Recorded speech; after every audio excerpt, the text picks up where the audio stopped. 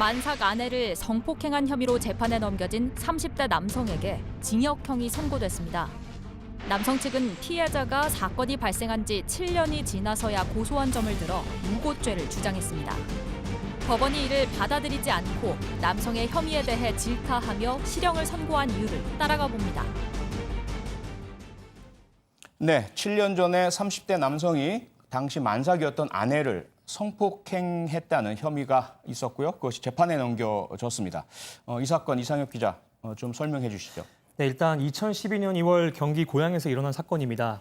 이 30살 조모 씨가 한 건물 엘리베이터에서 자신의 아내인 A 씨를 성폭행한 겁니다. 이 당시 A 씨는 임신 8개월이었습니다.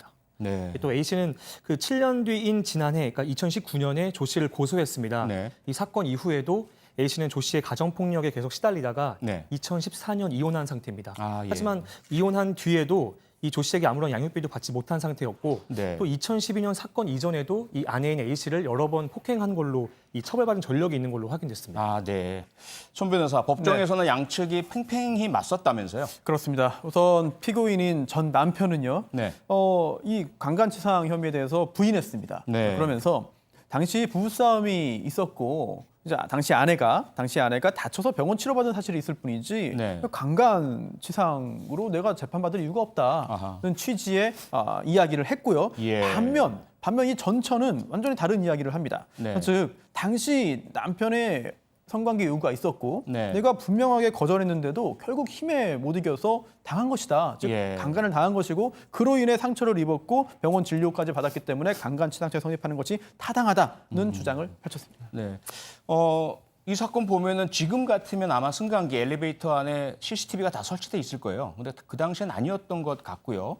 성범죄는 대부분 목격자가 없잖아요. 은밀한 장소에서 행해지고 물적 증거가 좀 없는 부분이 많고요. 특히나 이렇게 부부관계라든지 아는 사람 사이라면 성관계 자체가 있는 것은 뭐 자연스러운 일이니까. 그런데 이것이 강제였느냐 이 부분 입증이 어려운데 그러다 보니까 피해자의 진술이 가장 중요하잖아요. 피해자 진술 어떻습니까? 그 말씀하신 대로 피해자의 진술이 굉장히 중요합니다. 네. 이 피해자 진술에 대한 재판부 판단부터 먼저 말씀드리겠습니다. 네. 매우 자연스럽고 논리적이어서 충분히 수긍할 수 있다고 판단된다. 이렇게 네. 판단했거든요. 네. 어떤 진술이냐면요. 그 A 씨는 자식이 태어나면 이 조 씨의 폭력 성향이 조금 고쳐질 것으로 믿고 참고 지냈다고 합니다. 네. 하지만 그 기대가 무너져 결국 2014년에 이혼을 했고 예. 지금까지도 당시 사건, 그러니까 2012년의 사건이 떠올라서 악몽을 꾼다는 겁니다. 네. 또 심리적인 또 정신적인 피해가 계속돼서 최근에야 고소하게 됐다 이렇게 주장을 했습니다. 예. 손 변호사, 네. 뭐 이런 사건 많이 접해 보셨을 텐데요. 네. 지금 그 진술 내용은 우리가 들어봤고요. 그런데 7년 전이었고요. 그다음에 물적 증거는 의료 진료 기록밖에 없는 상태고. 네. 그런데 그 일단 판결 내용을 보기 전에 네. 이 피해자의 진술 중 일부, 구체적 사실 중 일부가 번복되거나 또는 바뀌거나 이런 일들도 있었다면서요? 예, 그렇습니다. 사실 시간이 오래 지났어요. 네. 그래서 7년 전에 있었던 일을 가지고 작년에 고소한 것이기 때문에 기억이 정확하지 않은 것이 오히려 통상적일 수도 있습니다. 예. 네, 특히 조금 전에 이제 진 기자께서 언급하신 대로 네. 이 성범죄의 특성들이 있잖아요. 그렇죠. 네, 특히 물증이 없는 경우가 많습니다. 그렇습니다. 또 즉각적인 대응이 힘든 경우도 많아요. 네네. 네, 왜냐하면은 보복이나 네. 가해의 위험이 있는 경우가 있고요. 예. 그리고 또 사회의 시선도 여전히 곱지 못합니다. 네. 피해자임에도 어떤 가족이나 지인들이 곱게 보지 않는 경우도 있어요. 네. 이런 걸 종합해서 결국 성범죄의 특수성을 고려하라라는 네. 게 현재 대법원 판결의 취지이고요. 그렇죠. 다만 출발점은 무죄 추정입니다. 네. 따라서 성범죄의 특수성을 고려하는 것이 무죄 추정의 원칙을 이제 복멸시킬 만한 네. 유죄 추정의 원칙까지 흘러가면 안 되겠습니다만 네. 성범죄의 특수성은 반드시 되어야 하는 것이고 네. 이번 판결에서도 역시 당연히 고려됐을 것입니다. 네. 예, 역시 이제 법정에서의 문제이니까 손 변호사께 좀 질문을 드리면 일단 성폭행은 이번 한 번밖에 없는 것 같아요, 그렇죠? 네. 그런데 앞서 이상혁 기자가 소개했지만 가정폭력, 폭행 이런 전력들이 이미 기록상 남아 있는 것 같고 그러면 이러한 폭행과 폭력이 성폭행의 혐의를 인정하는데도 도움이 됩니까 법정에서?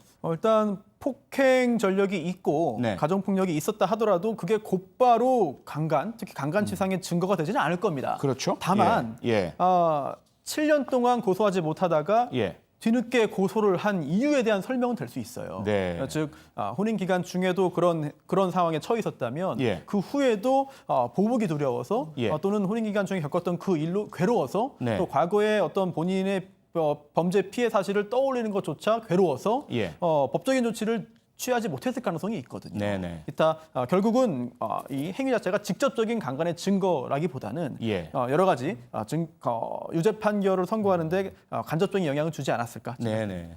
충분히 재판부의 심증 형성에 도움을 줬을 것이다. 이렇게 보고 계시는 거고요.